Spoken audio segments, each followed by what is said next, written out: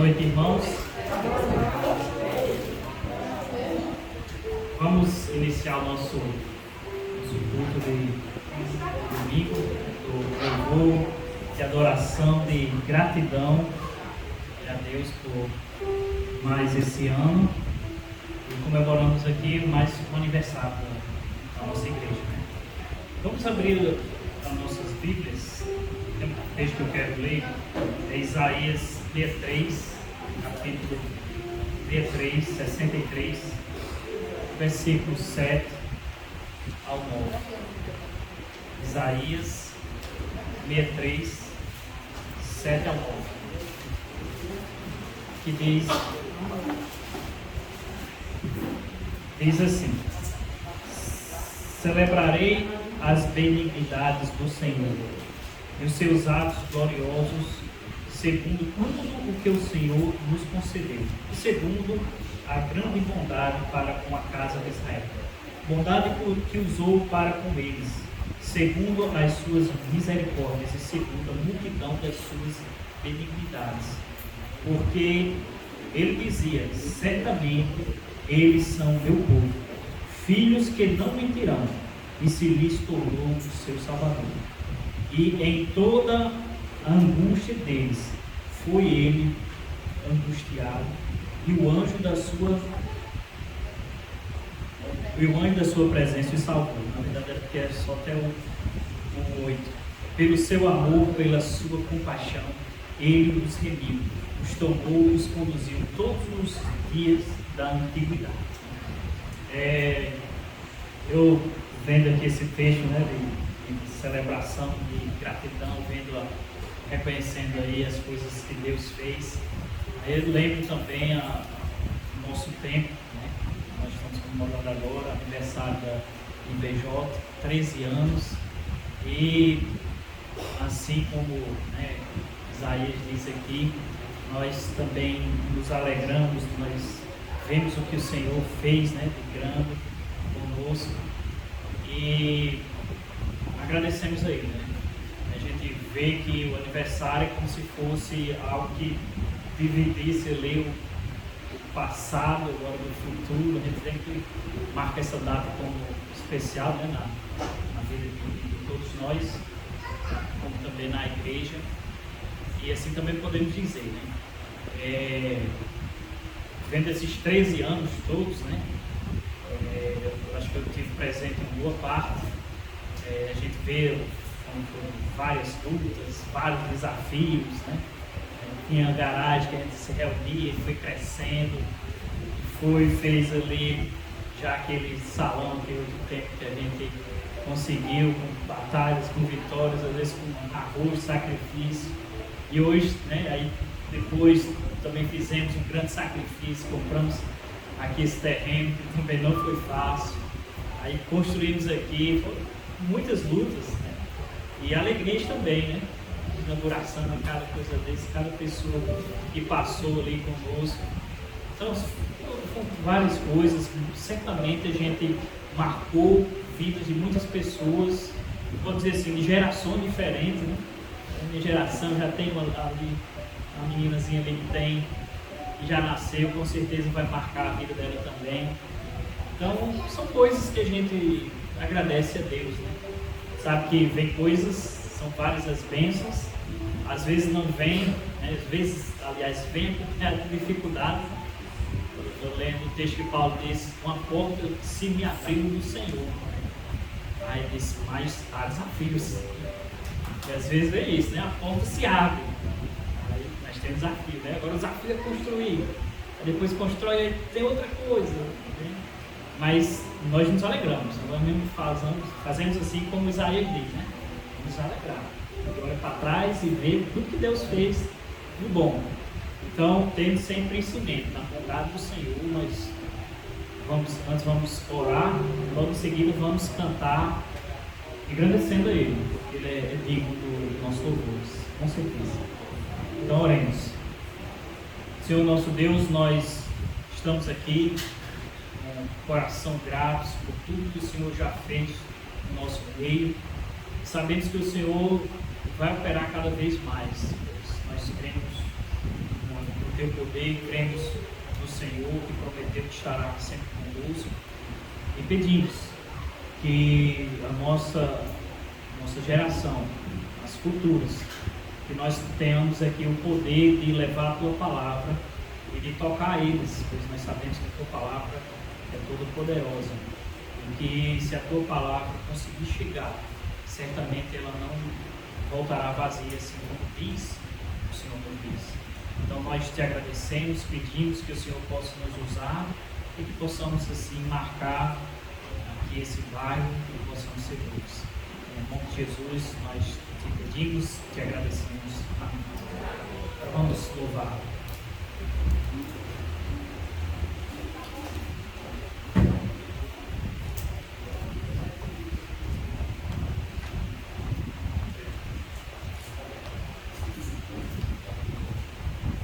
Graça e paz.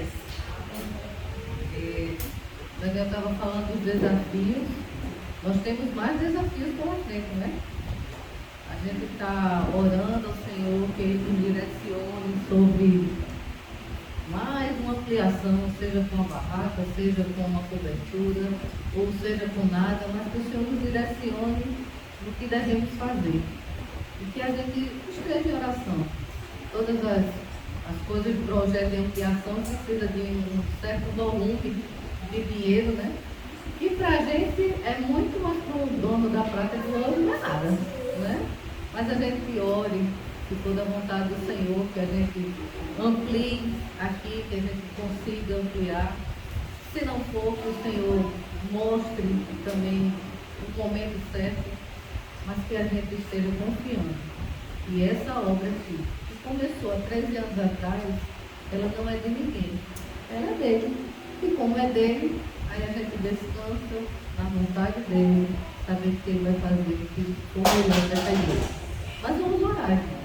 Não deixem de orar. Essa semana a gente precisa tomar algumas decisões. E como o povo de Deus, né, que está aqui querendo fazer a vontade dele, a gente precisa que cada irmão tire esse tempo para orar, para que o Senhor dê direção ao pastor, dê direção à igreja, o que deve ser feito nesses próximos dias, né? Deus abençoe. Vamos ficar em pé. É o povo dele aqui presente para louvar o nome dele, para engrandecer o nome dele.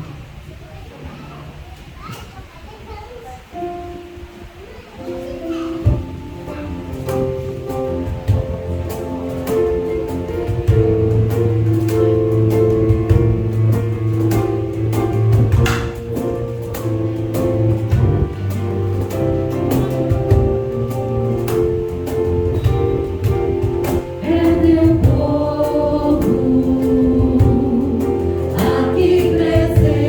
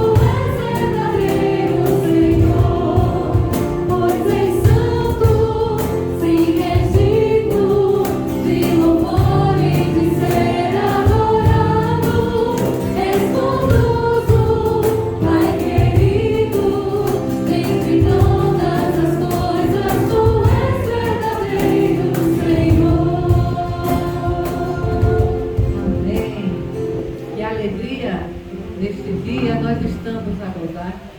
Neste ensejo, bom desejo, temos só. E ninguém lembra. Adeus, louvar.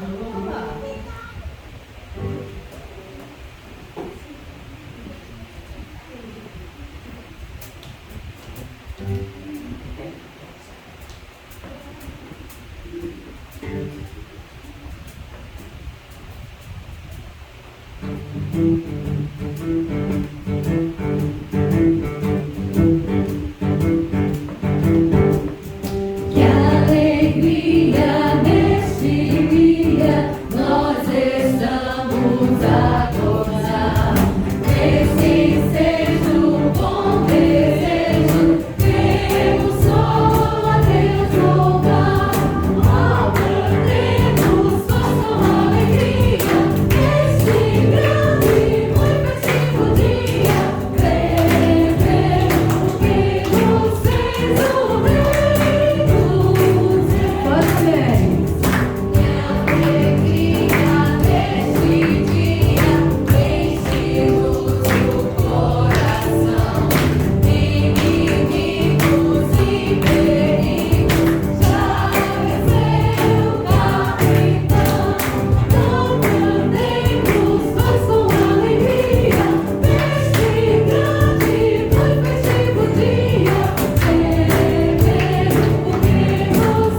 o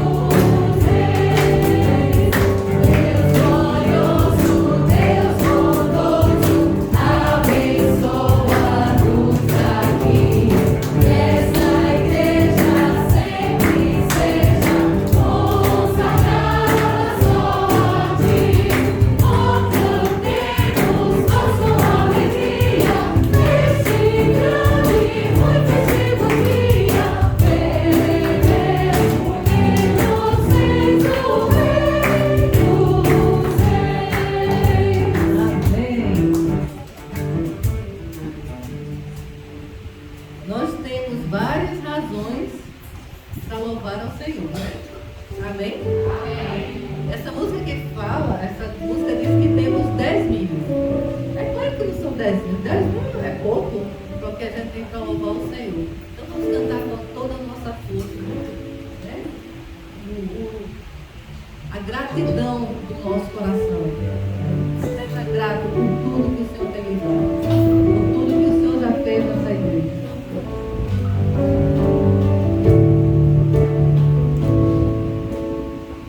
Minha alma canta ao Senhor, ao Senhor, seu nome adorarei.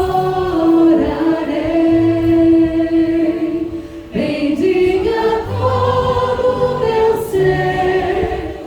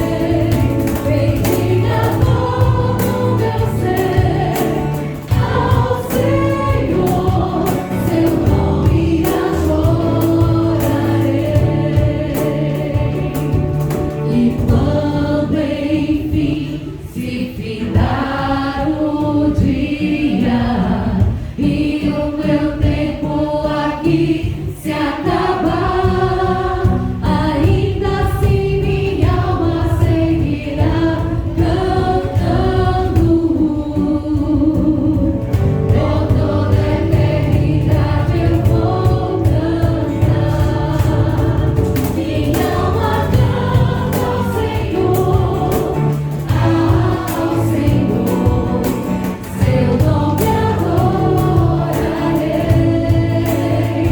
Bendiga todo o meu ser, ao Senhor, seu nome adorarei. Seu nome adorarei. Seu nome adorarei. Amém. Pode ser.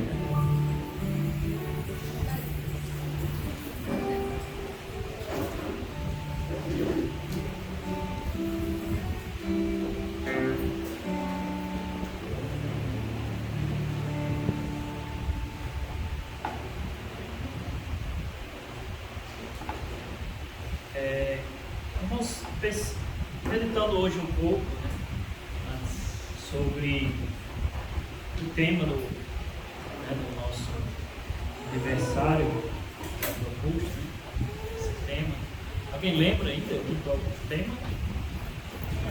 Preparado para toda Às vezes a gente esquece, né? Tem a fotozinha que foi compartilhado lá no grupo, os convites todos, mas eu meditando aqui um pouco sobre esse versículo, né?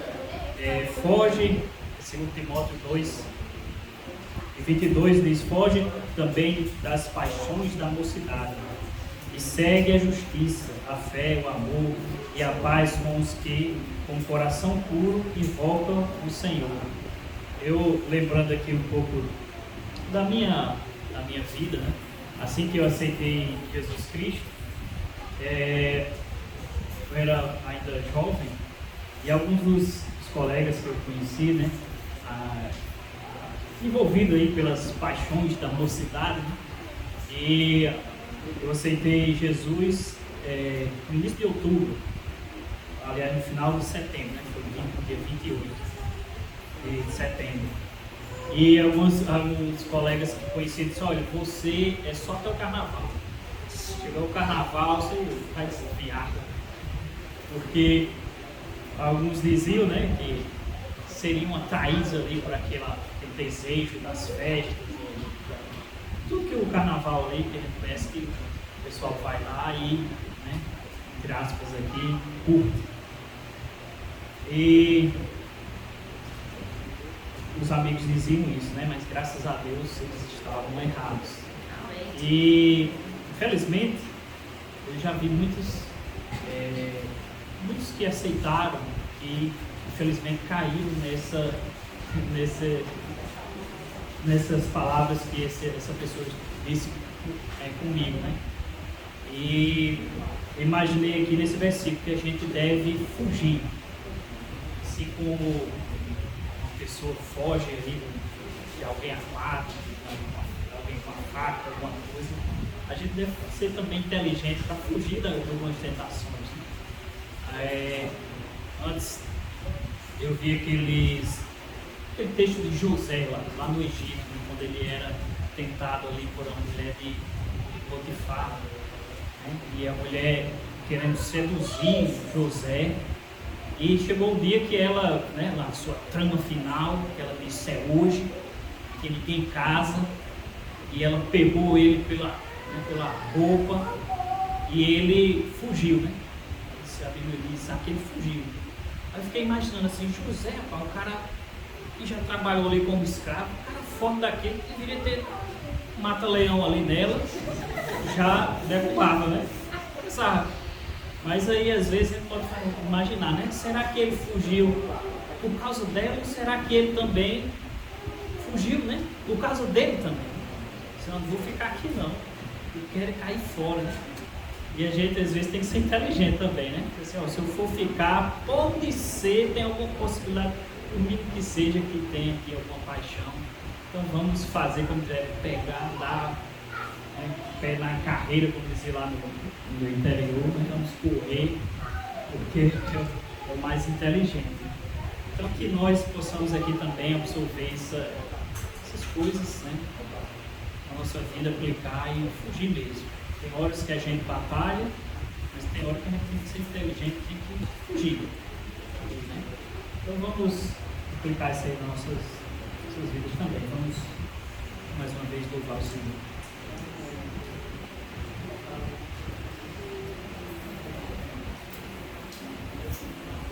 Vamos continuar louvando.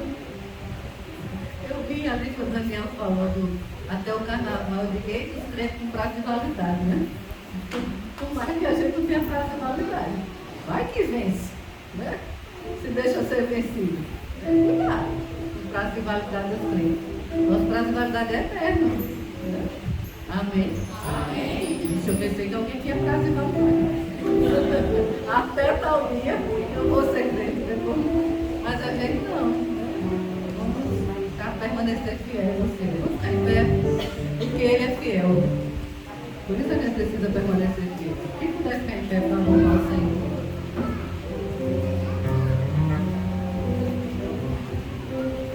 Nessa música nós vamos começar só com as mulheres. E depois os homens cantam a segunda estrofe e todos cantam a terceira. Vamos começar só as mulheres cantando a primeira estrofe. Ou então os homens, vamos mudar, né? Vamos começar os homens.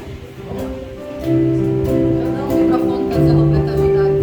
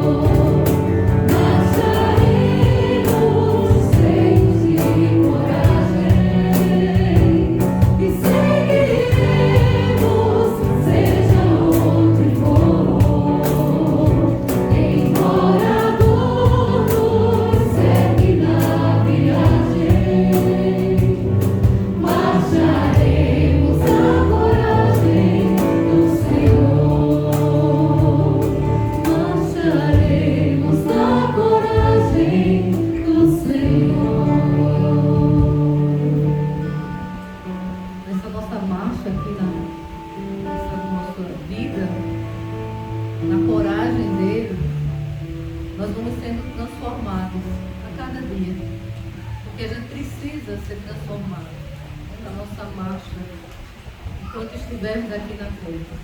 Porque a gente peça ao Senhor, Senhor, enquanto eu estiver caminhando aqui, né, rumo à nossa pátria celestial, enquanto estivermos aqui, que o Senhor nos sonde, que o Senhor quebrante o nosso coração, transforme as nossas vidas, para que as pessoas que também estão ao nosso redor, elas possam perceber que nós somos diferentes. Nós estamos neste mundo aqui, mas não somos desse mundo aqui. Então que o Senhor esteja sondando os nossos corações e causando uma mudança em nossas vidas. Cada vez que a gente se reúne aqui no dia de domingo, a gente estava até conversando sexta-feira aqui, de que é tão pouco tempo que a gente passa aqui na casa do Senhor, no máximo 2 horas. Então aproveite cada momento disso. Tem irmãos nossos que gostariam muito de ter pelo menos 10 minutos, talvez, com outros irmãos que não podem. Então quando a gente estiver aqui, a gente aproveita para louvar com toda a sua força, porque tem lugares que não se pode louvar. Quando for ouvir a palavra, escute a palavra, porque tem lugares que pessoas estão sedentas querendo ouvir uma pregação e não podem. Ore pelo pregador, ore pelo seu irmão, ore por você, para que você não esteja aqui apenas como um espectador, mas como um adorador. Vai fazer diferença na vida. Amém?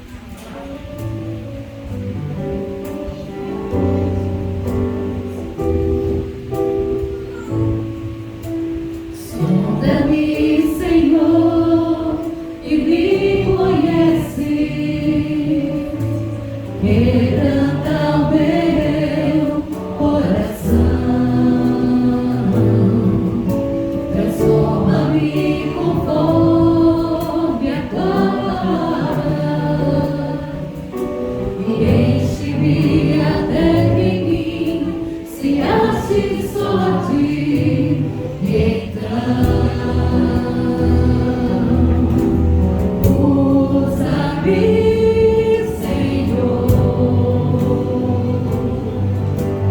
usa-me como um farol que brilha à noite, como onde sobre as águas, como abrigo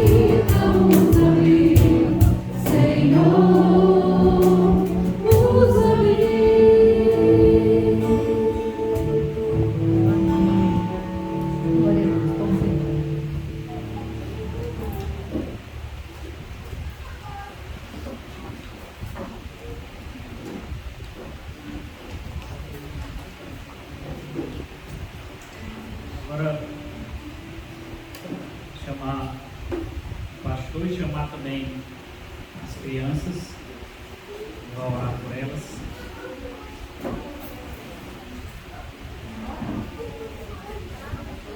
As crianças hoje estão com um ambiente novo ali, amplo, iluminado, né, bonito. Eles vão aproveitar bem o espaço. Mas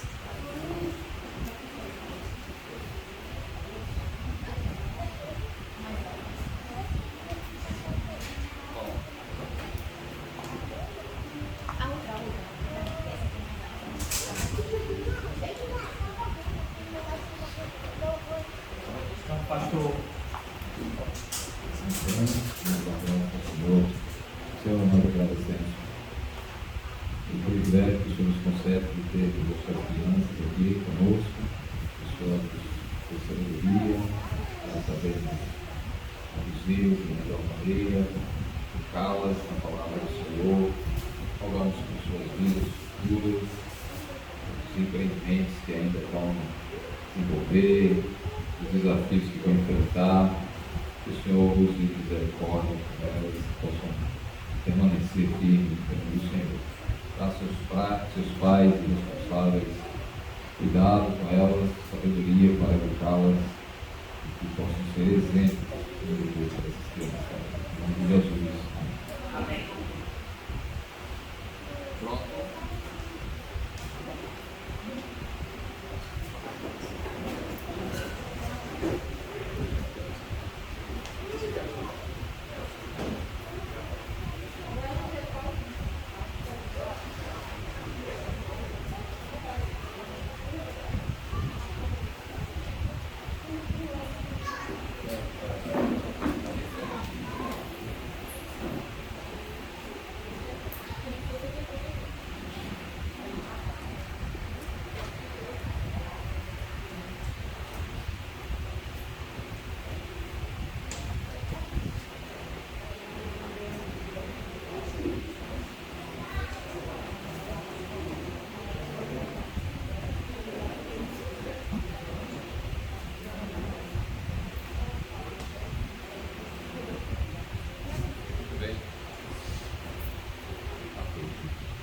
Nós vamos ter mais um dia, né, mais uma noite em que a gente vai dar seguimento ao tema que foi apresentado ontem pelo pastor Alisson e falou que tinha alguns assuntos ali que deveria demorar muito tempo, e é verdade.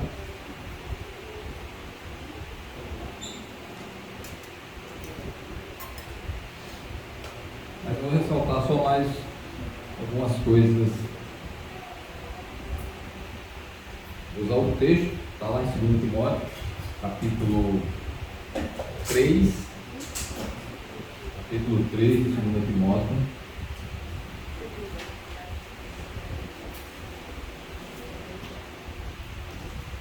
Se você vai ficar.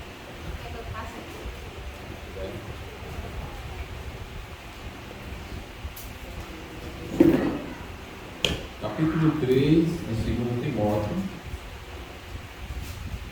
Uma atenção para algumas coisas práticas. Lembro bem que o irmão Daniel ressaltou hoje exatamente aquilo que eu estava na minha mente. Que ele chamou atenção para o capítulo 2 também, de 2 Timóteo, só que o versículo 22,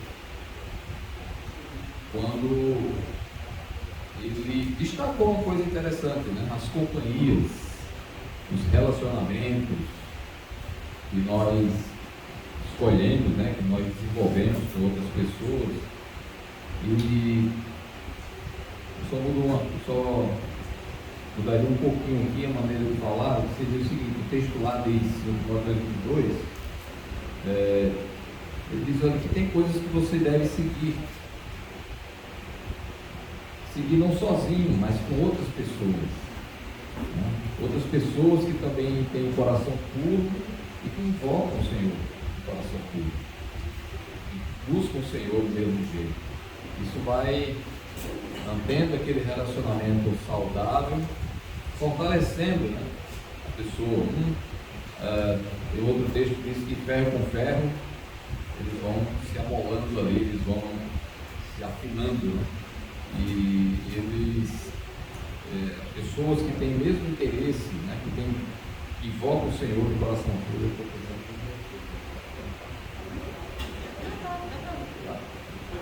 Está ouvindo?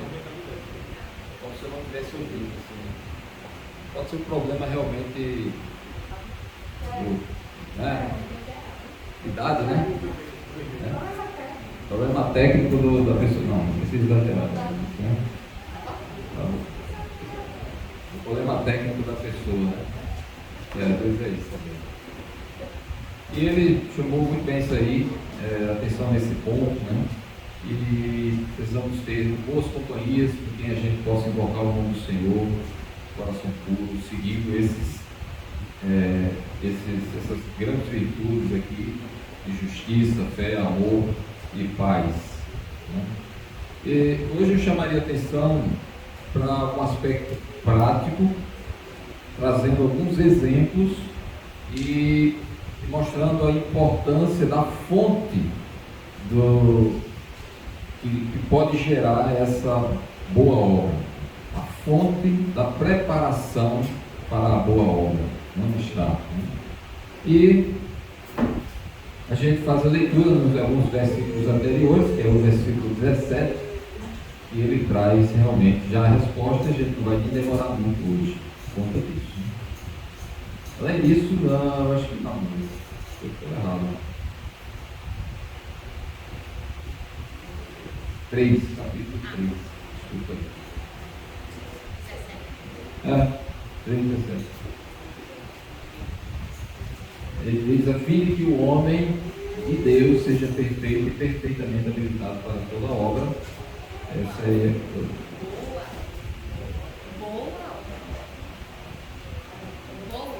para toda boa obra foi ele. Para toda obra foi? E já estou começando a perder a noção das coisas, né?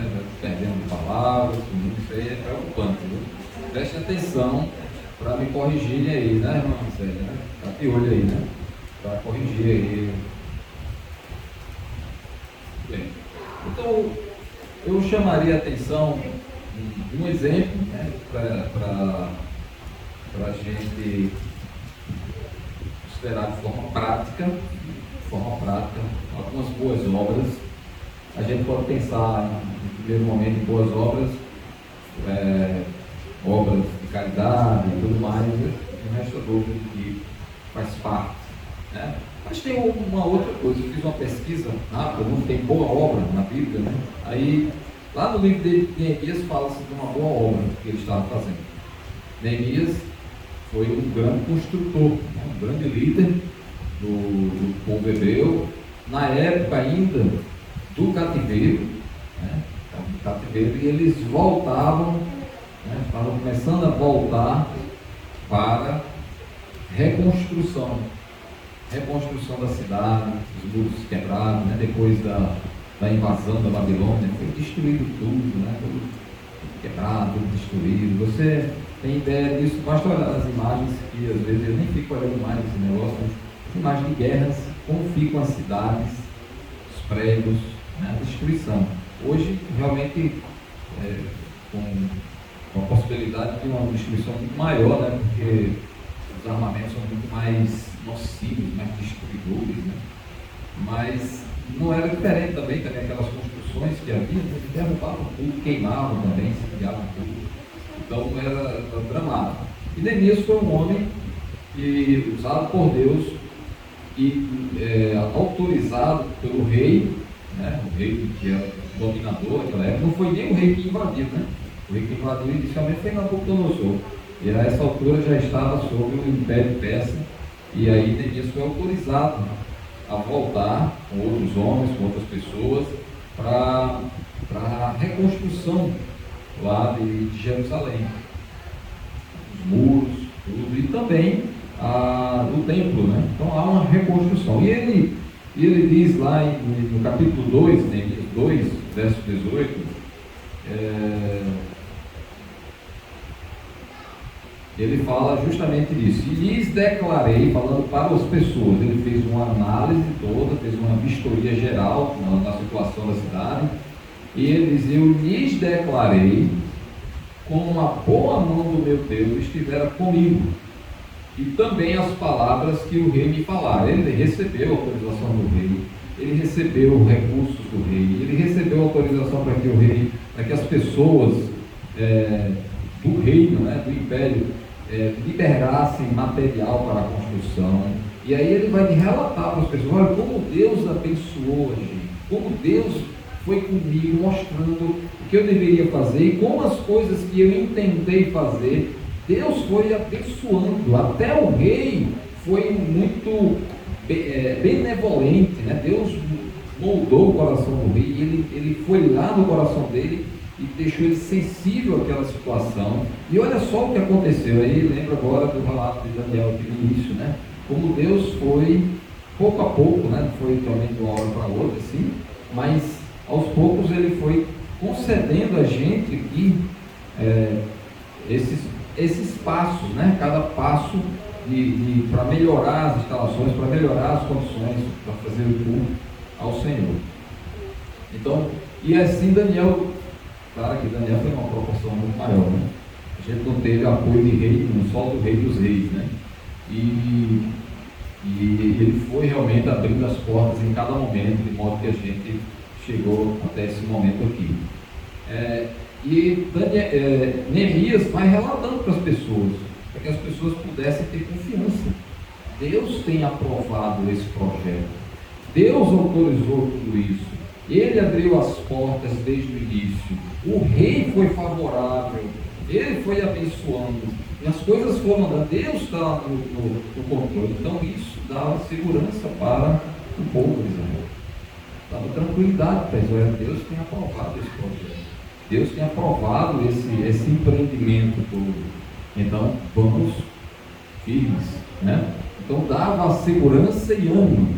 Então disseram: disponham. Já foi o povo, não foi Neemias. Não foi só Neemias simplesmente se estimulando. Neemias deu testemunho do que aconteceu. Agora veio como resposta do povo o seguinte: disponhamos-nos e edifiquemos. Temos uma obra para fazer. Vamos nos dispor, vamos nos encorajar. E ele diz: e fortaleceram, aí a conclusão de Neemias está desse jeito: e fortaleceram as mãos para a boa obra. Era uma boa obra? Era uma obra de interesse pessoal de Neemias. Não era uma construção de um palácio para Neemias. Foi até acusado Neemias de estar construindo algo para ele ser o grande governador. Teve gente até que acusou a gente aqui dos irmãos contribuírem para construir uma casa para o pastor. Não foi ele? Teve gente que acusou, não foi? Vocês estão dando dinheiro para o pastor construir uma casa lá para ele. Então quiseram acusar Neemias do que a Neemias está fazendo isso aí porque ele quer ser o grande governador de vocês. E assim a obra era uma obra boa, era a construção da cidade, reconstrução da cidade, era uma reedificação de algo que estava destruído, algo que era de Deus, a cidade santa de Deus, Jerusalém, a cidade que não vai sair, mas pode ser até que tenha várias guerras, confusão, deportações como houve ao longo da história toda, mas ali não vai se acabar. Deus tem aprovado, e ali é o lugar onde Deus queria que fosse realmente habitado o povo que seria, vamos dizer assim, o povo que daria o testemunho de Deus para o resto do mundo. Era ali naquela região. E aquela cidade deveria ser reconstruída. Deus já tinha antecipado que eles voltariam para aquele lugar. O lugar estava destruído. Então eles deveriam reconstruir. A reconstrução da cidade do povo de Deus. Então aquilo era boa obra. Boa obra. E eu não posso dizer, só alguém pode dizer: não, mas um prédio, é o seguinte, prédio. Naquela época, o templo era uma coisa importante, inclusive. Né? Tanto é que na época de Ageu, né, que eles estavam lá quando começaram a reconstrução até do templo, Ageu reclama, porque eles começaram e abandonaram pelas pressões, pelas dificuldades, pelas ameaças, né, as perseguições que havia naquela época. E aí eles abandonaram e começaram a investir simplesmente nas suas próprias casas. Aí começaram a arrumar as casas, deixar tudo arrumadinho, tudo bonitinho, pintadinho, e fazendo todo cuidado lá, mas o templo abandonado. E aí Ageu, capítulo 1, versículo 4, diz assim: acaso é tempo de habitar vós em casas apaineladas, enquanto esta casa permanece em ruínas? Então, nós vemos aí a preocupação de Deus com uma boa obra que tem a ver com o culto, que tem a ver com a adoração, que é a cidade, o templo, né, e tudo mais. Tudo bem, hoje em dia as pessoas dizem, não, mas hoje o templo é desnecessário, até o templo foi destruído lá e tudo. Sim, mas se você é o templo, você também tem que ter cuidado de você também. 1 Timóteo 4,16, o apóstolo Paulo diz: tem cuidado de ti mesmo, preste atenção em você mesmo. E em outras passagens ele fala, fuja da impureza. Daniel lembrou agora o caso de José lá no Egito, né? Fuja da impureza, fuja da prostituição, fuja de coisas que vão contaminar o seu povo. Então, você como templo, então você também deve cuidar de si mesmo. Se você não aceita que o templo físico é uma coisa importante, mas o seu templo, você como templo também é fundamental você cuidar de si mesmo, porque ali habita o Senhor. Você foi selado pelo Espírito de Deus e, portanto, você tem que ter cuidado desse templo, né, para proteger, para santificar, viver de modo digno. Mas, no geral, a obra do Senhor, aquilo que serve para adoração, precisa ser cuidado, precisa de ser reconstruído, se não foi destruído, né? Precisa ser cuidado, tratado, mantido. A gente tem que ter zelo pelas coisas que servem para a adoração ao Senhor. Não à toa, quando o filho do rei Nabucodonosor estava usando os utensílios que serviam de adoração ao Senhor no templo, lá em Jerusalém, estava usando esses utensílios de forma profana, na bebedeira com os amigos dele lá, inclusive servindo para outros deuses, né, os ídolos. Aí aquilo ali foi a gota d'água, e ali Deus realmente puniu aquele homem, e os medo-persas tomaram conta do império naquela mesma noite. Então a gente tem que dar valor de forma prática, de forma real, às coisas que servem para a adoração ao Senhor. Nesse caso aqui, Neemias chama da construção do templo, ou reconstrução do muro, na verdade, que era a cidade santa, era uma boa obra. Então temos boas obras, além daquelas que a gente já conhece de primeira. Quando bate a palavra na mente, a gente sabe que é uma boa obra, mas existem outras boas obras que a gente precisa considerar. Teve uma situação, outro exemplo, né?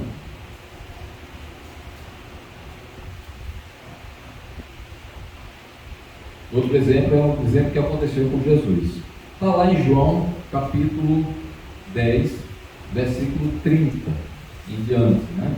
Ali Jesus está ensinando, pregando, e nessas palavras de Jesus, ele sempre reivindica algo importante, que muitas vezes essas declarações dele trouxe certos problemas para ele, pelas declarações. Vamos seguir o texto, né? João capítulo 10, versículo 30. Eu vou considerar dois tipos de obras que tem aí, certo? Veja se vocês acompanham o raciocínio. Dois tipos de obras que tem aí. Jesus já vai dizendo aqui: eu e o Pai somos um. Ele começa dizendo assim, isso na frente dos judeus, na frente do povo, dos discípulos e também de líderes judeus, aqueles líderes que exerciam grande influência no povo, que eram chamados, que eram os grupos principalmente fariseus e sacerdotes e escribas, né? Os doutores da lei, os ensinadores. Então ele chega e diz assim: eu e o Pai somos um. Bom, já fechou o tempo para ele, isso aí. Mas vamos seguir, ele continua fazendo, né? novamente pegaram os judeus em pedras para lhe atirar. Naturalmente, quando chamam judeus aqui, não seriam todos os judeus, especialmente os líderes, né? E alguns que eram muito zelosos. Lembra quando Jesus curava no sábado, fazia o bem a uma pessoa no sábado, eles ficavam zangados porque estavam fazendo, e Jesus fez uma obra lá no sábado. Então, provavelmente esses judeus aí estão falando daquele grupo mais, né, os líderes, principalmente esses líderes aí. Então, pelo fato de Jesus dizer que era um com Deus, eles não conseguiram admitir. Não conseguiram admitir. Eles não aceitavam isso de jeito nenhum. Porque Jesus era um homem para eles. O Messias, né, o Deus, você não é Deus, é um homem. Né? Disse-lhe Jesus: tenho-vos mostrado muitas obras boas. Opa, obras boas mais uma vez. Você sabe dizer alguma obra boa que Jesus fez? Um exemplo, né? Curas, curou enfermos, alimentou o povo, libertou de demônios, não é isso? São coisas que Jesus fez, boas obras. Ele diz: eu tenho mostrado muitas obras boas. Uma boa obra que Jesus estava fazendo da parte do Pai. Por qual delas me apedrejas? Olha a dificuldade também. Agora, esses judeus sabiam que era uma obra boa também. Veja ele na frente, por favor. Responderam-lhe os judeus: não é por obra boa que te apedrejamos, e sim por causa da blasfêmia, pois sendo tu homem, te fazes Deus a ti mesmo. Então a declaração que Jesus fez, dizendo que eu e o Pai somos um, era compreendida por eles como uma declaração de que Deus, ele era Deus. Não é pelas boas obras. Então esses judeus, eles admitiam que Jesus de fato mostrava boas obras da parte do Pai. Claro que ele não entendia essa última parte, né, da parte do Pai. Eles entendiam que eram boas obras que Jesus fazia. Eles admitiam que Jesus fazia as boas obras. Então, até nesse momento,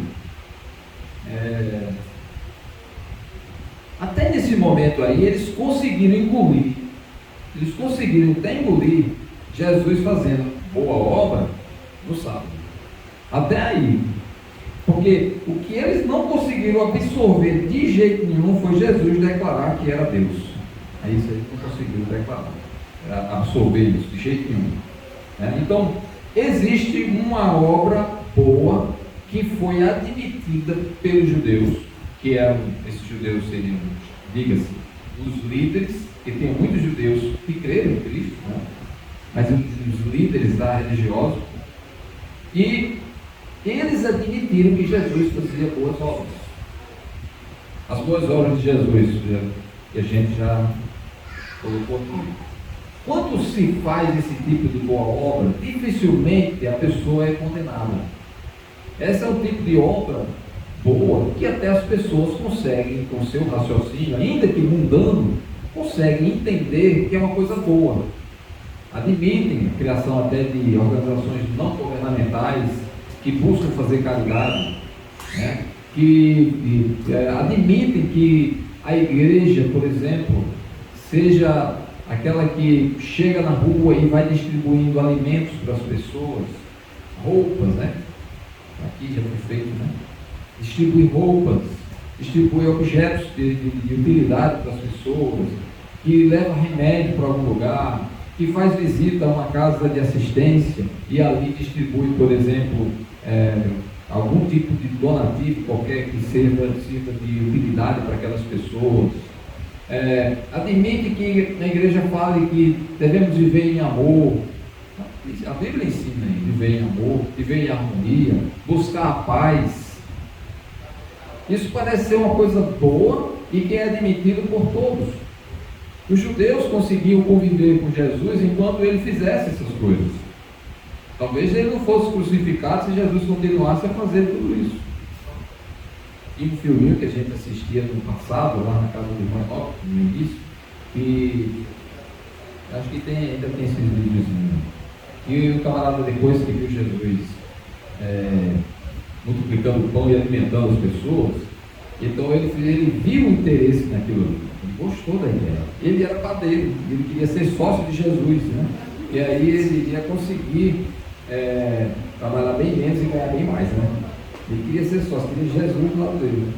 Então, é isso. Enquanto as pessoas estão vendo a igreja, por exemplo, fazer o bem, fazendo caridades, proclamando o amor, pregando a paz, isso parece ser uma coisa bem aceita. A pessoa consegue engolir a igreja desse jeito.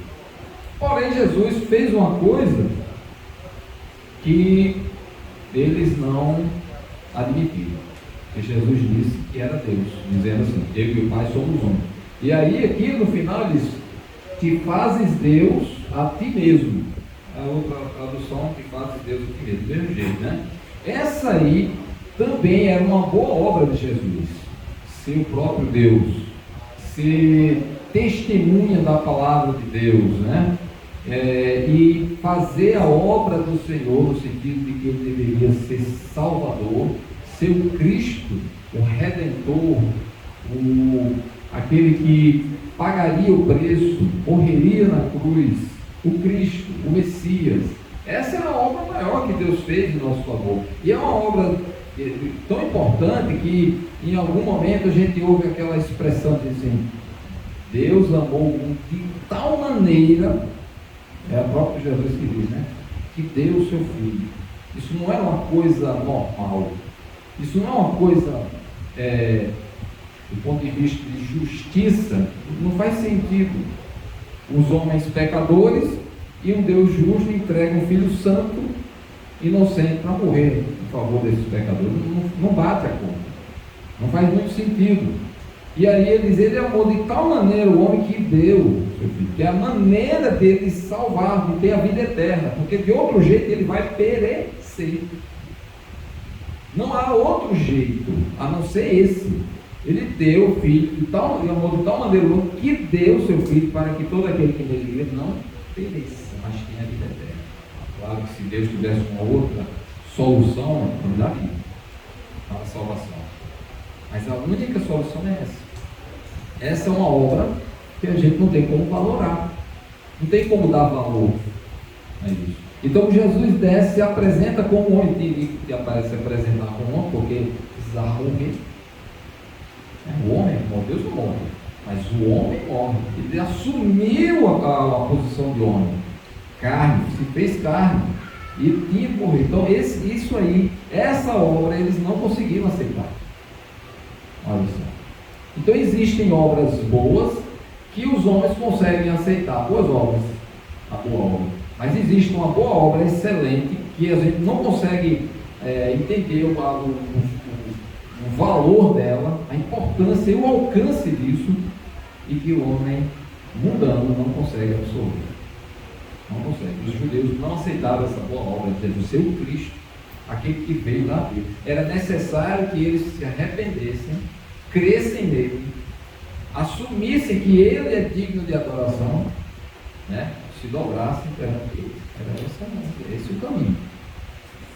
Só que isso eles não conseguiram aceitar. A igreja hoje é do mesmo jeito. Enquanto você está fazendo esse outro tipo de boa obra, poxa, legal. A igreja batista de Jardins participando de campanha de doação de alimentos para não sei onde. E fazer não sei o que aí para ajudar na campanha X ali. Vai ser bem visto. Mas na hora que a igreja for fazer a boa obra, que é, você precisa de salvação. Sem Cristo você vai perecer. Você precisa ser salvo. E só tem um jeito: crer em Jesus. Crer que Ele e o Pai são um. Crer que Ele é Deus. E que Ele paga o preço por você. Você está perdido sem Ele. Olha, aí já começa a divergência. Essa boa obra não é aceita pelo mundo. Não aceita. Alguns conseguem entender, outros não. Só conseguem ver aquelas coisas mais materialistas ali. Essa boa obra materialista de fazer o bem, de fazer aquilo. E as pessoas conseguem admirar e de absorver com uma certa simpatia, né? uma certa simpatia. Então, irmãos, temos uma boa obra a ser feita, que é pregar Cristo. Temos a boa obra de ajudar materialmente, de ajudar nas enfermidades, de orar em favor das pessoas, de fazer o bem. Temos. Mas essa boa obra também é ordem do Senhor, pregar o Evangelho, mostrar que as pessoas precisam de Jesus. Não só o homem, mas de Jesus, que é o Cristo, que é o Messias e que veio para pagar o preço do pecado. E somente por meio dele existe condições da pessoa ter vida eterna. Sem isso, perecerá, estará perdido para sempre. Olha aí, essa é a boa obra. Quem está preparado para ela? Outra boa obra que nós encontramos no Novo Testamento, tem outro texto, Larissa, aí, 2 Coríntios, capítulo 9.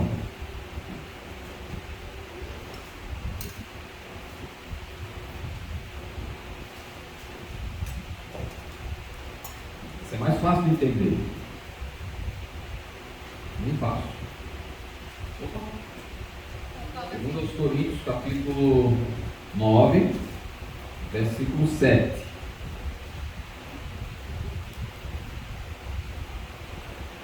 Textinho daí. Vamos ler do 7 até o 8, certo? Cada um contribua segundo tiver proposto no coração, não com tristeza ou por necessidade, porque Deus ama a quem dá com alegria. Deus pode fazer-nos abundar em toda graça, a fim de que, tendo sempre em tudo ampla suficiência, superabundez em toda boa obra. Opa, mais uma vez aí, toda boa obra. Aí? Então agora o apóstolo Paulo está mostrando, dando uma instrução para a igreja de Corinto, de que eles são capazes também de fazer uma boa obra. Uma boa obra. Né? Eles podem estar preparados para uma boa obra. E aqui o contexto, ele traz informações, por exemplo, de que os macedônios, outra regiãozinha lá, ajudaram as igrejas lá da Judéia. As igrejas da Judéia sofreram um pouco durante esse período ali, e muitos ficaram pobres, ou já eram bastante pobres e estavam padecendo algumas necessidades. Vocês lembram quando a gente lê o capítulo 2 de Atos, a gente vê o início da igreja funcionando lá e como as coisas caminhavam, né? Alguns até vendo a necessidade de alguns, principalmente, por exemplo, de viúvas que estavam sem sustento, sem um amparo. Isso na cultura era muito importante. Precisava sempre de ter um homem que dava um amparo, que dava um sustento à família. Quando a mulher ficava sozinha, era bem complicado, era muito difícil. Você vê as histórias de Esther, né? De Ruth, de Noemi, como foi complicado ali, quando a gente vai lendo aquela história, como era dramático, mas Deus foi abençoando ali. Mas o fato é que a igreja no início precisou de homens que tinham alguns bens, algum patrimônio, que acabou ajudando no sustento de viúvas, principalmente, e de outros irmãos que estavam necessitados. Né? E isso era administrado ali pelo colégio apostólico, né? Os apóstolos ficavam ali, até que chegou um ponto que eles ficaram sobrecarregados e elegeram 7 homens ali, preparados para toda a obra e que ajudaram nesse serviço. Mas você vê que às vezes a situação é bem complicada na igreja. Tem igrejas mais abastadas, outras mais simples, mais pobres e necessitadas. Então a igreja da Judéia estava precisando de ajuda. E ali Deus vai ajudando aqui por meio do apóstolo Paulo, Barnabé e outros irmãos, e alguns ajudavam daquelas regiões lá da Ásia, para trazer, para levar alguma ajuda lá para a Judéia. O contexto é mais ou menos esse. Então Paulo lembra que os macedônios ajudaram e que os de Corinto também poderiam ser abençoados e abençoar também aqueles irmãos. Então, voltando ao versículo anterior, por favor, versículo 7, eu quero chamar a atenção, primeiramente, é Deus que pode mover os corações dessas pessoas. É se deixar mover pelo Senhor para fazer a boa obra. Ele disse: segundo tiver proposto no coração, aqui gera essa expectativa de que Deus está agindo nos corações dos irmãos, e ali brota vamos dizer assim, uma coisa voluntária, né, e de amor, para que possa participar desse projeto, dessa boa obra. Né? Não por tristeza, ficar triste, ficar por constrangido, não, sem tristeza e constrangimento. Né? Outra coisa, necessariamente não precisa você fazer porque você está querendo se projetar, ser famoso, ser o tal. Isso já aconteceu no início e deu problema, com aquela história de Ananias e Safira. Isso é problemático. Então, as coisas de Deus deixa Deus agir e Ele vai mover os corações. E ali deixa que o Senhor faça derramar essa graça, né, e abundar, né? Ele vai abençoar. Ele diz assim, porque Deus ama. Eu não completei esse texto aí, né? Veja aí o versículo, o próximo versículo, né? Ele diz assim, Deus pode fazer-vos abundar em toda graça. Significa que Deus abençoa para que você também tenha as condições de ajudar. Não é simplesmente fazer um sacrifício, tirar o que você não tem e ajudar. Não é isso que ele está propondo. Ele está dizendo, Deus pode fazer, né, conceder graça e você vai ter as condições. Né? No final das contas, teve outras. Volta aqui do texto anterior, né, quando ele diz também que Deus ama quem dá com alegria, falando de uma coisa voluntária, né? Voluntária, a pessoa está feliz em participar daquela campanha ali, que foi o caso aqui, né? E eu não anotava as coisas e acabei.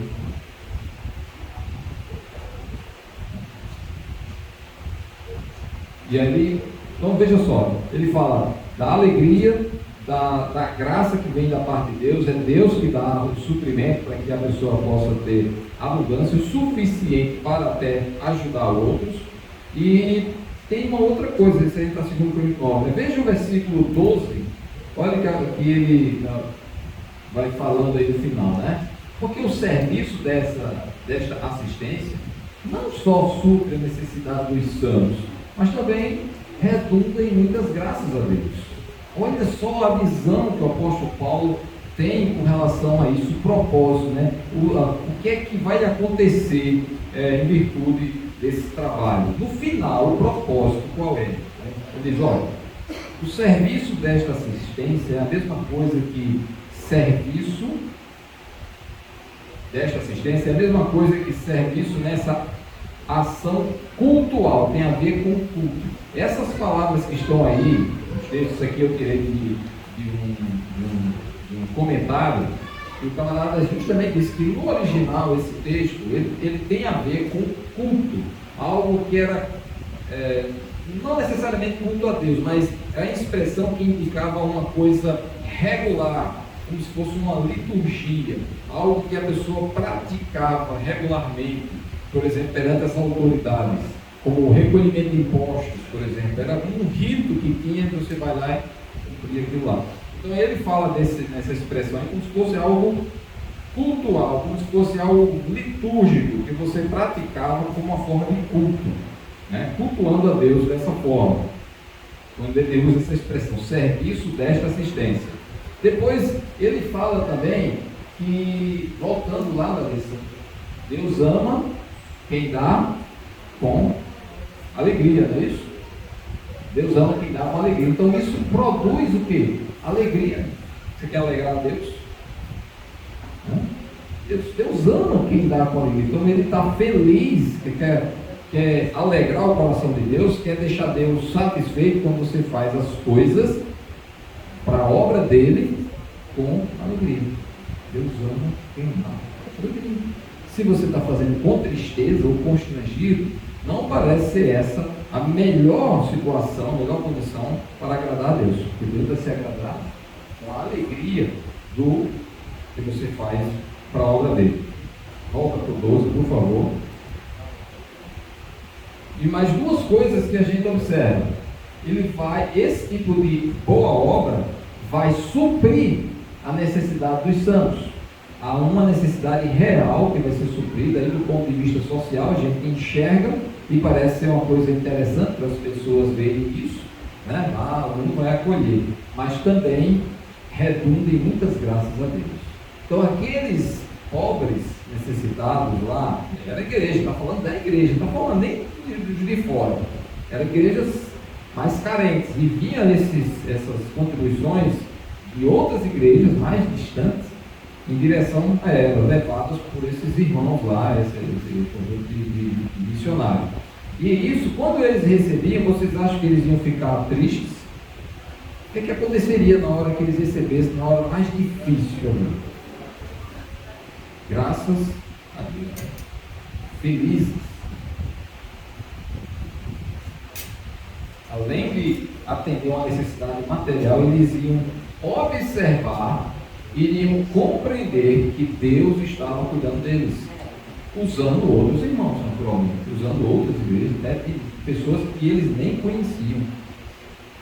E ali ia redundar em graças a Deus. Então o propósito, em muitas graças a Deus, olha a alegria que ele está prevendo, né, que vai acontecer, muita alegria, muitas graças a Deus. Olha, o propósito final de tudo isso é que seja Deus glorificado no futuro, né? Porque Deus concede graça para aqueles irmãos lá de Corinto, concede abundância nos bens para eles, eles com o excedente vão mandar, né, vão abençoar outros que estão necessitando, e ali aqueles que receberem vão ficar alegres, vão agradecer a Deus que supriu aqueles irmãos e colocou excedente para eles, e ali Deus é glorificado. Tudo deve redundar em glórias a Deus. Que o Senhor seja honrado e glorificado. E às vezes a gente pensa que é com a nossa própria força. Não, eu que fiz, eu que consegui, com minha força. Não é bem assim. Às vezes a gente se engana. Tem gente que pensou desse jeito, se deu mal. Eu lembro de uma expressão que eu ouvi de um tio meu, falando de alguém que, eu tenho isso, nunca vou ser atingido por nada. Ele disse, eu já vi edifício mais alto cair, usando a figura, né? Porque ele trabalhou para um grande empresário, vou dizer o nome aqui, ele tinha muitas empresas, tinha muitos bens, muita coisa, vivia regaladamente, igual aquele homem lá do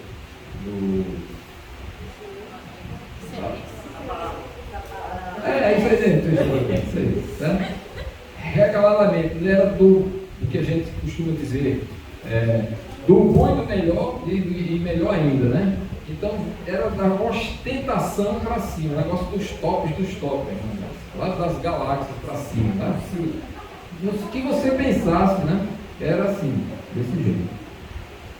Sabe o que aconteceu? Perdeu tudo. Por isso que ele diz, é difícil maior. Essa outra pessoa que estava se gabando do pouco que tinha nada, mas conseguia se manter, se achava disse, depende de ninguém, não preciso de ninguém. Ele disse, eu já vi edifício maior caindo, porque ele viu, ele perdeu o emprego por conta disso. Está entendendo? Ele viu. Então, Deus concedeu graça aos coríntios, abençoou. E eles vão para a Judéia e ali Deus é glorificado. É simples. Se a gente usa tudo que a gente recebe da parte de Deus e vê o contexto da nossa vida e mostra que é Deus nos concedendo que o Senhor seja honrado, que o Senhor seja glorificado, muda tudo. Muda tudo na vida. Que o Senhor seja glorificado com aquilo que a gente recebe da parte dele. Então nós vemos aqui mais um aspecto da boa obra. Temos um aspecto das coisas próprias, físicas, de construção, de obra, é até um contexto nosso também, né? Não foi nem de propósito, na verdade. Eu, quando fiz a pesquisa, eu achei esse texto de Neemias e simplesmente trouxe para a gente. Não foi nem pensando, coincidiu, né? Ou não sei. Né? Mas não foi com intenção, mas veio a obra, construção, reconstrução, aquilo que está quebrado, aquilo que está ruim, precisamos cuidar das coisas do Senhor, do ambiente, do espaço de adoração. Vimos essa questão de Jesus da obra, da boa obra que é bem peculiar para o mundo e daquela obra que não é aceita pelo mundo, que é a obra de salvação, de buscar o pecador perdido, de pregar que eles estão precisando de arrependimento e salvação, e essa é difícil de ser acatada, de ser absorvida pelo mundo. São apenas alguns exemplos que a gente encontra.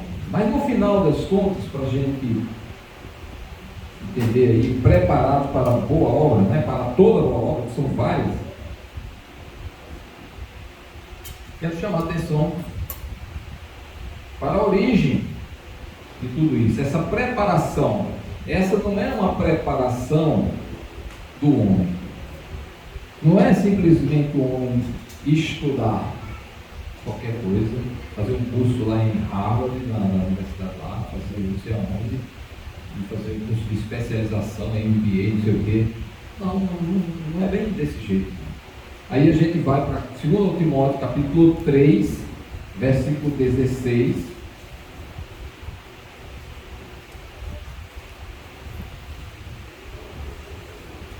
E a gente vê aí o apóstolo Paulo dando instruções para Timóteo acerca da origem da preparação, a verdadeira preparação para toda boa obra, toda boa obra.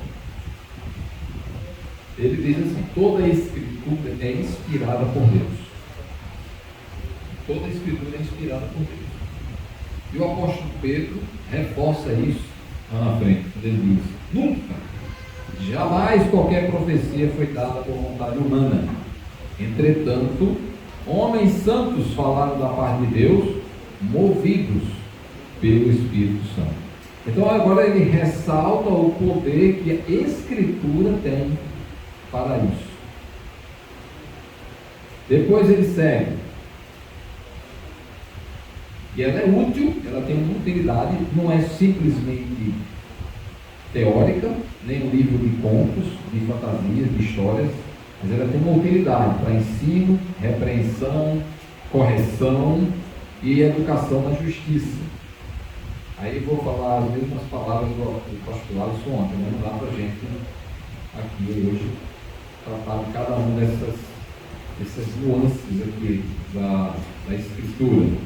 Mas o objetivo que ele coloca, ou o propósito, ou que a gente pode dizer, o resultado disso, pode ser entendido dessa forma, como um resultado da Escritura, ou como um propósito dela, né? É o seguinte: dessa preparação é para que o homem de Deus seja perfeito, completo, preparado, habilitado. Tem outra palavrinha que pode significar isso aí também. Eficiente. Tudo isso são sinônimos para isso. Não é uma perfeição absoluta, no sentido de que nunca erra, nunca. Não é isso, porque não tem ninguém que esteja nessa condição. A gente busca isso, mas esse completo aqui, esse perfeito, é cada vez mais completo, buscando melhorar, se aperfeiçoando, se preparando, melhorando a eficiência cada vez, sendo mais eficiente naquilo. Esse perfeito é isso, sendo mais eficiente cada vez mais preparado. Ele é para que o homem seja completo, seja mais preparado. Esse é o resultado da Escritura. Esse é o fim da Escritura, o propósito da Escritura nesse caso aí, né? E perfeitamente habilitado, aí, um sinônimo, né? Habilitado para toda boa obra. Ele agora está dizendo para nós, ele está dizendo para Timóteo, que não é simplesmente Paulo, não é simplesmente os outros primeiros profetas, os apóstolos, mas a Escritura, ela vai trazer toda essa preparação. Então ele está estimulando e encorajando Timóteo a não abrir mão de estar perto da Escritura, e perto dela, esteja observando o que ela diz, para você praticar, porque ela tem utilidade importante, que ela, além de ensinar, ela vai repreender aquilo que está errado, ela vai corrigir, mudar o rumo daquilo que não está indo no caminho certo, vai educando as pessoas. Então, esteja colado nela, porque é ela que vai dar o treinamento. E com certeza, todo esse preparo, tudo isso aí vai deixar você mais preparado para toda a boa obra. Toda a boa obra. A obra excelente vem em decorrência dessa intimidade, da proximidade com a palavra de Deus. Pouco antes, ele já vem falando um pouco sobre isso. Está dizendo, olha, essa palavra teve um poder, subindo aí, voltando, né? O homem de Deus, olha, fala até do homem de Deus. Pode ser que a gente possa restringir a interpretação, né? Dizendo assim, só para os homens de Deus, só para aqueles líderes. Pode ser que a gente restringe, tenha esse direito. Eu não vou criticar quem pense desse jeito, não. Está correto o raciocínio. Mas se tem um líder que é o homem de Deus, os outros têm que ser homem de Deus, não é? Entendeu? Estou falando, voltando. É o 15, né? Voltando aqui um pouquinho, né? Falando para Timóteo, né? Tu, porém, permanece naquilo que aprendeste, de que foste inteirado, sabendo de quem o aprendeste. Vai mais à frente. E que, desde a infância, sabes as sagradas letras. Que podem, sagradas letras aqui, está como um sinônimo de o quê? Escritura. Ou escritura sagrada. Entendeu? Mesma coisa. Que podem tornar-te sábio para a salvação pela fé em Cristo Jesus. Então, a escritura que naturalmente estava disponível para Timóteo ali, a maior parte era do Antigo Testamento. Talvez pouca coisa ele tivesse acesso agora, a não ser essas cartas que ele estava recebendo de Paulo. Né? Então, o Novo Testamento ainda em construção, mas o fundamento maior era lá no Antigo Testamento. E a partir do Antigo Testamento ele tinha condições de confirmar, de atestar que todos esses acontecimentos recentes acerca da manifestação em carne do Messias, do ungido de Deus, eram verdadeiros. E ele diz, essa sabedoria especial, não é um sábio do mundo não é um sábio do Oriente, não é um guru, não sei de quê, não. Ele está falando de uma sabedoria espiritual, que vem do discernimento da Escritura. Diz, olha, isso aí, essa escritura que você já vem aprendendo da sua mãe, da sua avó, ela vai tornar você sábio, para você entender. E ela tem um poder que nenhum outro escrito possui. Nem pode ser os livros mais bonitos, de autoajuda, de ser de quê, nenhum deles vai trazer o que essa escritura traz. Salvação, porque todos estão perdidos. Precisa de salvação. Ela vai mostrar para você que Deus manda o seu ungido para te salvar, que Cristo é o Salvador. Você vai entender pela Escritura que ela traz algo super valioso, que é a salvação. Porque não tem nada no mundo que valha mais do que isso. Não existe. Nada. Porque de que adianta Jesus pergunta, né? O homem ganhar o mundo inteiro e perder a sua alma? Essa é uma pergunta. A resposta é óbvia, não adianta de nada, porque ele ganha o mundo todo, morre, não vai aproveitar o que ganhou e ainda vai passar a eternidade perdido. Tá? Então ele diz, a coisa mais valiosa do mundo é isso aqui, e a Escritura traz esse poder de lhe dar essa sabedoria espiritual. O maior valor que você tem é isso aí. Não se afaste dela, ela que vai, com essa preparação, você vai estar ficando mais habilitado para fazer toda a sua obra. Quer sejam aquelas obras que o mundo até vai aceitar, quer sejam as obras que vão desafiar o mundo. A boa obra de pregar o Evangelho e dizer, você é pecador que precisa de Cristo. Ele está preparando o Timóteo para isso. O Timóteo, até porque Paulo estava encerrando a carreira dele, mas na frente ele dizia, eu estou encerrando a minha carreira, e você vai continuar. Então se prepare. Fique perto da Bíblia, fique perto da Escritura e prepare. Então, toda boa obra, como é que a gente se prepara para toda boa obra? É a gente fazendo um curso de, lá no, seja lá no instituto, não sei o que faz doações, boa obra que Deus quer que a gente faça, ela só tem instrução mesmo dada na Bíblia. É ela que vai dizer a boa obra. Aí a gente vai olhar os parâmetros da Bíblia e a gente vai praticar isso aí. Essa é a boa obra que a gente precisa aprender.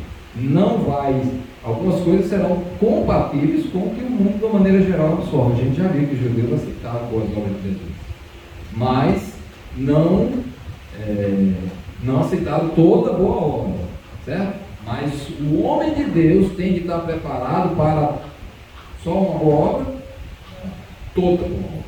Vai incluir aquelas que o mundo vai aceitar e vai incluir aquelas que o mundo vai rejeitar. E nesse momento a gente vai ter de saber que pode haver uma resistência, uma dificuldade. Por isso que eu sempre defendo, a igreja pode ser a Igreja Batista do Jardim das boas obras que o mundo entende. A Igreja Batista do Jardim que prega o evangelho que o mundo entende ou não. Pode ser que entenda, pode ser que não entenda. Mas temos de estar preparados para toda boa obra. E onde é que está a preparação? Na Escritura. Então daí a importância que a gente tem de dar à Escritura. Muito importante.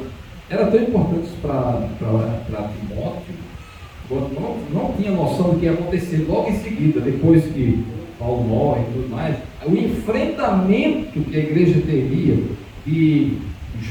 contra o Império Romano em relação à Escritura, porque eles tentaram destruir todos os escritos, todas as Escrituras, queimar todas as pessoas que tivessem Bíblia lá, não era chamado Bíblia, né? Os rolos lá, sagrados, não sei o que, eles tinham que botar lá para serem queimados. Olha, então, o entendimento da Escritura foi importante para Timóteo e para todo o homem de Deus. Lembrar que o homem de Deus aqui, estou falando, entendendo como genérico, apesar de que ele está falando para um líder, mas o homem de Deus é qualquer pessoa, homem, mulher, criança, todo mundo. Agora, a preparação vem da Escritura, ela vai lhes dar o encorajamento, porque ela tem promessas incríveis, né? Ó, salvação aqui, ó. Isso não tem nada mais valioso do que isso. De que o que o homem vai fazer de mal? Matar, me destruir, me bater, me machucar. Mas isso aqui ele não me tira. Isso não me tira. E muitos se firmaram nisso. Não sei hoje como é que estão. Talvez a gente não esteja suficientemente firmado na palavra, perfeitamente habilitado para toda boa obra. E a gente precisa investir um pouco mais de atenção na Escritura, tanto do ponto de vista, tanto no aspecto pessoal, em casa, as nossas leituras. Todo dia alguém me diz, olha, eu terminei a leitura da Bíblia todo dia do ano. Ótimo, isso é muito bom. Não é tudo, mas é uma boa coisa, porque ela vai ficando ali, vai aprendendo. Né? Mas a prática, o exercício da palavra, isso é muito importante. Então é preciso valorizar. Eu dou graças a Deus aqui que nesses estudos que a gente tem prestado ao Senhor, e durante essa pregação, eu vejo muita atenção, irmãos concentrados, buscando compreender. Às vezes dá para entender, às vezes não dá, eu sei, um tem mais dificuldade do que outro. Mas é muito importante, que esse é um momento importante para a gente observar o que é que a palavra diz. Não necessariamente o que o pregador está falando. Eu tento buscar aqui sempre exemplos que estão na Escritura, para que não seja de mim, mas seja da Escritura dele. Que a palavra chegue no meu coração e no coração dos irmãos. E ali ela vai produzir realmente os efeitos. A gente tem que valorizar esse momento do culto. Deus valorizou, a gente viu exemplos aqui. Olha o templo lá, como está destruído. Cuide do templo. Preste atenção no culto. O culto precisa ser valorizado. Aquele lugar de culto precisa ser valorizado. A gente não pode fazer o culto de qualquer jeito. Minha responsabilidade aqui é fazer essas advertências para nós todos. Eu mesmo não posso abrir mão desse tipo de coisa. E pode ser que eu esteja vacilando. E eu não quero. Eu quero errar. Eu quero fazer o certo. E eu acho que o certo é o que a Bíblia está dizendo aqui. Escritura. Preste atenção na Escritura. Quando a gente estiver falando da palavra de Deus, lendo que o povo de Deus tem que ficar bem, tem que entender. A gente tem que valorizar isso. A gente, quantas horas tem uma semana? Quem calcula bem rapidinho aqui? Vai ganhar um copo d'água. Não esse aqui, vamos lá. São 7 vezes 24. 168 horas. E a gente passa ouvindo a Bíblia. Quantas horas eu passo aqui falando nessa semana? Aqui, uma hora. Às vezes mais. Ah, eu sei se é isso. Hoje eu não vou completar uma hora. 1 dividido a 1 por 168 multiplica por 100. Vezes 100. 0,5% do tempo de uma semana a gente passa aqui. Eu queria que a gente concentrasse o máximo. 0,5% de toda semana a gente passa aqui. Tudo bem, eu não estou contando na quarta-feira, porque a gente passa 10 minutos, 15. Para alguns que vêm. Mas é 0,5%. É o culto ao Senhor. A gente precisa valorizar isso aqui. Será que eu não posso resolver as outras coisas do resto da minha vida, do restante dos 99,5% do tempo da semana? Será que eu tenho que deixar para resolver os meus problemas pessoais aqui, na hora do culto? No 0,5% do tempo? Tem o resto. Será que eu resolvo mesmo? Ou eu não vou nem resolver aquilo que eu estava tentando resolver pensando nas coisas, estou pensando aqui, preocupado com o que amanhã, depois de amanhã, penso que eu não tenho o que fazer, mas para mim, esse 0,5%, no meu caso é bem mais, porque eu tenho que preparar, eu tenho que ficar aqui pensando no Senhor, o que é que Ele quer me dizer? O que Ele quer me dizer? O que é que eu vou aprender aqui para me preparar para toda boa obra? Preciso aprender alguma coisa para agir e fazer a boa obra, toda boa obra, não é qualquer obra, toda boa obra. Eu espero que os irmãos estejam entendendo. Vamos valorizar esse 0,5%. Porque eu pensando nas coisas que eu tenho que resolver amanhã, eu nem resolvo, porque nesse horário eu não vou resolver nada de amanhã. E nem estou dando atenção ao que Deus valoriza aqui. O texto está dizendo. Preste atenção que a Escritura é inspirada por Deus. Vem do alto. Você está desprezando, rejeitando aquilo que vem do alto, vem de Deus. Não é de admirar, não se admire se depois também for rejeitado de alguma maneira. Porque Deus é justo. Se eu rejeito aquilo que vem do Senhor, por que Ele não teria o direito de rejeitar a mim? Em algum momento, por alguma coisa que eu esteja desejando, querendo a todo custo. Então a gente tem que valorizar. Todo mundo perdeu um tempinho, se é que eu posso chamar de perder, para vir, se arrumou, botou perfume, não sei o que, pelo menos a coisa mais valiosa que eu tenho de roupa, eu trago para cá, primeiramente. Pode não ser tão valioso também, né? Não é tão valioso assim, mas é o que eu estou dizendo. Comprei a camisa nova, primeiro lugar que eu vou representar dentro do centro. Essa aqui não é nova. Mas veja só, se a gente valorizar corretamente, eu quero ser do Senhor, 0,5% do meu tempo. Eu não vou resolver as coisas que eu tenho que resolver amanhã e nem vou dar atenção ao que o Senhor está dizendo para mim hoje. Ou seja, aí eu perdi tempo mesmo. Deixou 0,5% do tempo jogado no lixo. Então vamos aprender a valorizar isso. As crianças precisam aprender também a valorizar isso, vendo os pais valorizando. Responsabilidade nossa. O que é que a Bíblia está dizendo para nós? Valorize a Escritura, que ela vai ensinar. E a gente vai ficar preparado. Quanto mais próximo dela, a gente vai ficando mais preparado. Pode nem perceber, mas vai ficando. E Deus vai agindo. A gente nem percebe, mas Deus vai agindo. Não precisa ser mágico assim, ó, de uma hora para outra. Mas Ele vai agindo ao longo do tempo, aí você vai ver o resultado da sua vida.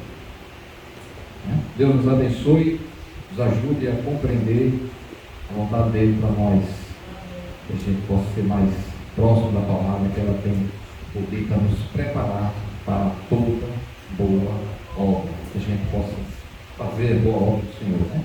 Amém? A Deus agradecemos pela sua grande bondade em nós, por nós. Agradecemos porque o Senhor tem realizado a sua obra de salvação em nosso favor.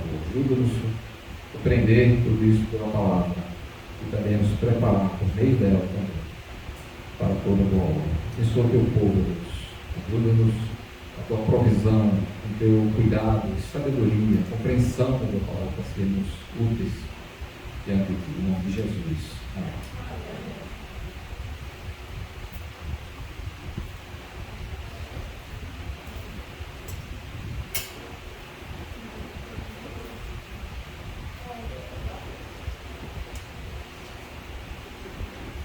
Só um recadinho rápido aqui, próxima semana,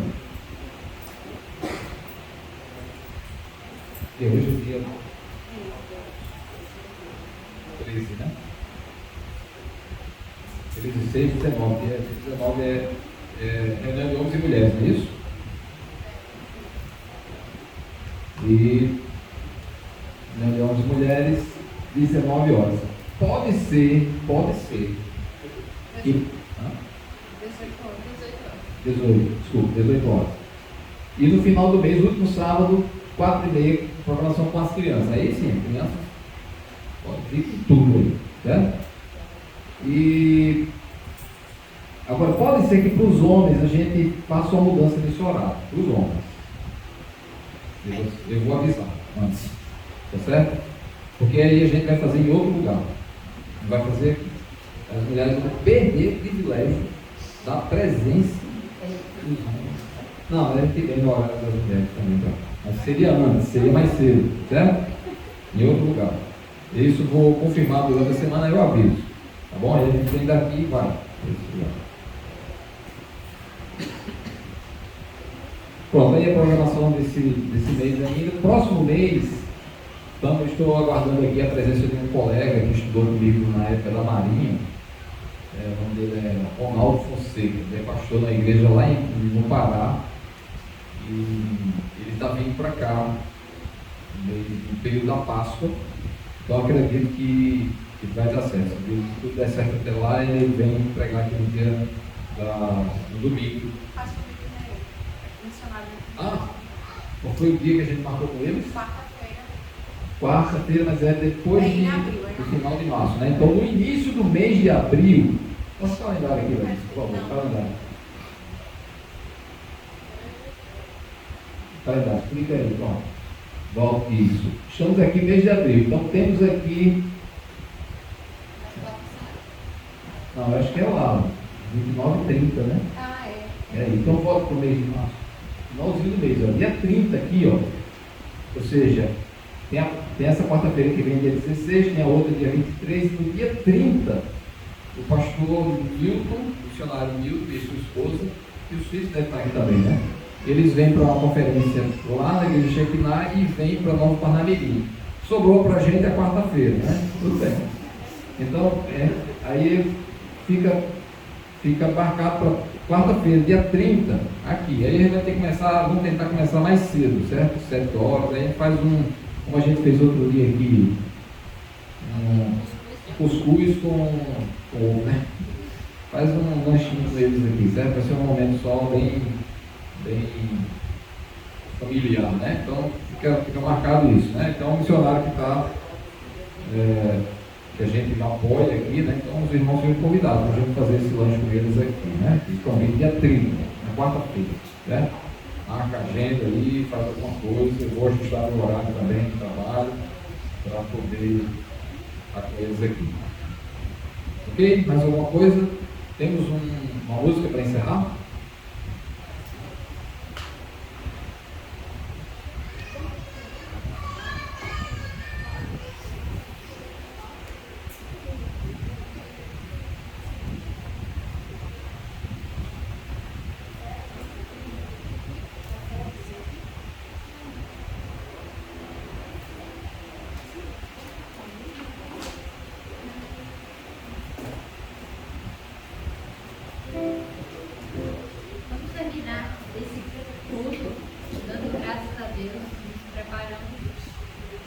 grandes coisas neste ano, nesses próximos anos.